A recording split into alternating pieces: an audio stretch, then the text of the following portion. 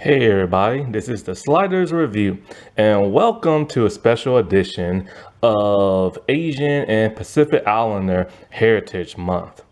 And I'm here today to talk to you about Batman Beyond Season 3, Episode 2, Untouchable.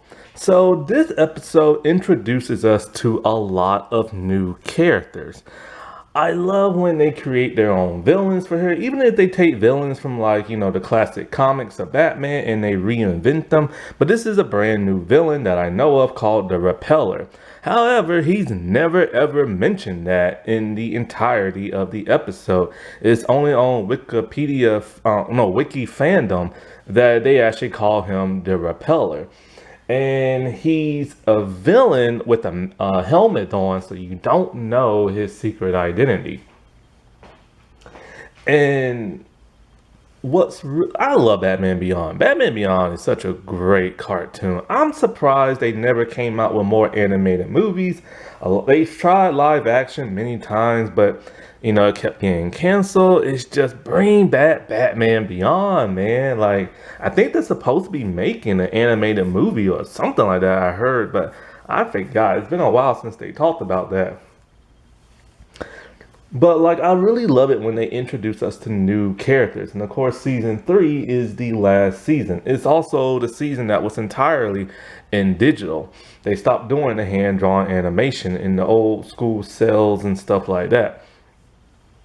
So with this episode, there's this really unique, cool villain that wears kind of like this metal type suit named the Repeller. And he has all these electrical, discharges going around his body. Basically, nothing can touch this dude. He has like a force field around him. And it's really neat. So he's stealing some type of isotope. And I love in the whole Batman Beyond universe that in 80 years in the future, they will put something that's so important in encased in a box and put it in this type of acid lava type stuff. So different from Batman the animated series. You got Glenn Murakami to thank for that. Because that is so his style, like he did in Teen Titans and stuff. And so, Batman tries to stop him, and he's unable to. The batarangs won't work, nothing. He can't punch this guy, he can't tackle this guy. He is unstoppable. So, of course, Terry goes back to Bruce in the cave and tells him, all about this dude. And the technology sounds very similar to something Bruce's team is working on. So they go to this laboratory that's owned by Wayne Tech. And so is there we meet Dr. Blaze and Dr. So what is that dude's name? I can't even think about it right now, and I can't find it on my notes. Because I got so much stuff on my... Oh, wait, hold on. This is embarrassing. Anyway, he meets two doctors, and he meets a young girl named Irene. Now, Irene is played by Joanna Holtz. And this is her only time acting and stuff. And she did a really good job. I wish they would have brought her character back. Okay, that's that dude's name, Dr. Suzuki. I finally found my notes. Got a whole page full of stuff. So Dr. Suzuki, Dr. Blades, they are working on this prototype for people who are unable to leave a plastic bubble. Basically, they live in a bubble, like a plastic box, a plastic bubble. They cannot be exposed to the germs that are outside in the real world because it will kill them. I feel sorry for people like that. There are people that are like that. And it's man, they can't experience nothing. And I mean nothing. And it really makes you appreciate your life a whole lot more. People with disabilities and illnesses, they wish they could be like everybody else. They are normal, just a different type of normal. And it's there, like I said before, he meets Irene. And Irene is wearing this like metal belt, and the same electrical current force field is around her body as similar as the repeller. And so like Dr. Suzuki is explaining to Bruce and Terry all about like the technology and stuff. And Terry is smitten. He has taken a liking to Irene. Kind of messed up because he's dating Dana. Now, Dana is voiced by Lauren Tom. And she's an Asian character within the show, but she only plays the girlfriend role. So she literally only pops in, pops out in every other episode and only has a few lines of dialogue. There was only one episode that featured Dana as the main protagonist, but I've already talked about that in my Valentine's Day video. So go find that Rats episode. And so like Irene is also Asian. Terry has what's known as yellow fever. He loves those Asian girls. He likes this one white girl too, but they mostly hook Terry up with Asian girls, which is really cool. I bet that's also another Glenn thing. Which Terry himself, when you look at him, he looks like he's Asian a little bit, but that's only because of the black hair and the lips. But he's actually is Irish descent because both his parents have red hair. And so like while Terry is getting acquainted with Irene and Bruce is talking to Dr. Suzuki, Dr. Blaze comes in and he is pissed. He doesn't want nobody outsiders in the lab. He doesn't want nobody knowing about the technology. And when Bruce tells him, this technology is fascinating, he believes Bruce wants to use it for military applications. And so, like, later on in the episode, of course, the repeller shows up again and he meets his contacts and they want him to steal another isotope. He's charging them more money because of Batman. And so this time when Terry goes up against him in the bat suit, because you gotta remember the bat suit is super strong, but even he can't break that force field. He now has titanium bars within his batarangs and they're able to wrap around the repeller, but not long enough to where he's able to break them.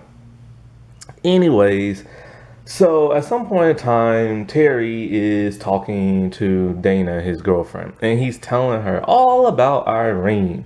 And so like she does not like this. She does not like this at all.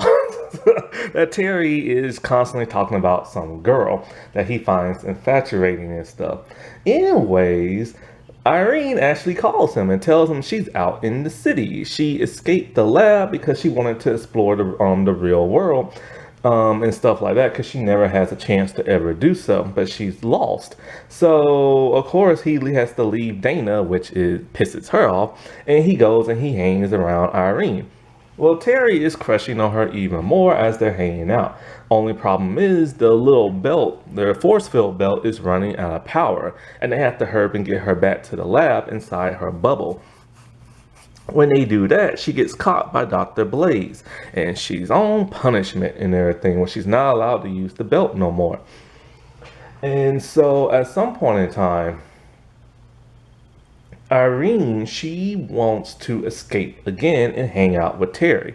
When she calls his house, she gets a hold of Max, and Max could care less, you know what I'm saying? And so, like, she realizes if she uses a hazmat suit, an old-fashioned kind, then she can escape and explore the real world again.